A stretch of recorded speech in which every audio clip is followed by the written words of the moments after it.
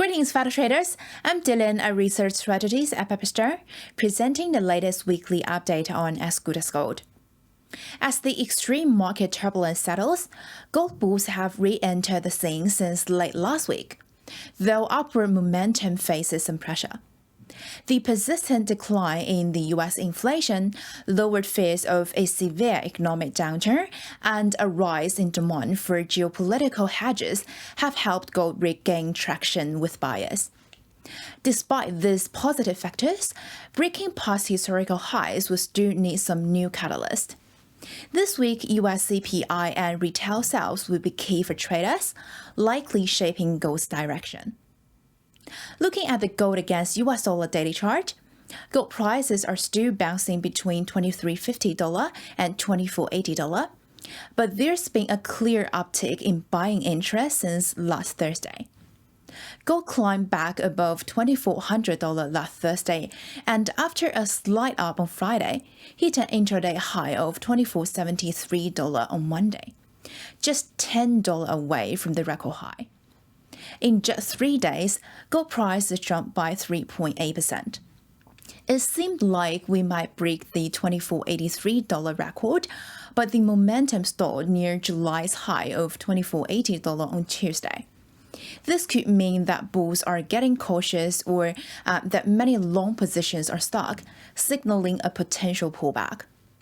If bullish momentum continues, $24.83 is the key level to watch before we possibly push towards $2,500. While on the flip side, if bearish pressure increases, the 50-day moving average and the lower range of $23.50 might offer some support. Well, even though the daily charts show some pressure on bullish momentum, I still think the case for a gold rally is pretty strong. Last Thursday's drop in the U.S. initial jobless claims eased some recession worries, while Japanese authorities suggested they won't tighten policies further, at least in the short term, to keep the market stable. This news gave a breather to traders who were holding funding currencies and even cash due to very conservative risk preferences, and those who had to exit the market because of yen carry trades unwinding. Fundamentals are back in play for gold. And from a U.S. economic standpoint, while there's some slowdown in growth and labor data, it's still far from recession territory from my perspective. The cooling of July's PPI has increased expectations for more Fed easing this year. We're seeing a lot of buying in the U.S. Treasuries, with the 2-year yield holding steady around 4%. The reduced opportunity cost makes a bullish outlook for gold quite clear.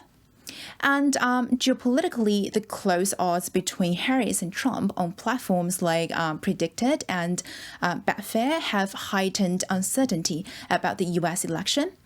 As the Democratic National Committee prepares to meet next week, political turbulence in the U.S.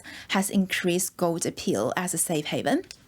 While this demand for safety is also driven by escalating tensions in Ukraine and the Middle East, particularly with increased U.S. involvement in the Iran-Israel conflict, the growing uncertainty is pushing people to hold gold to hedge against potential market volatility.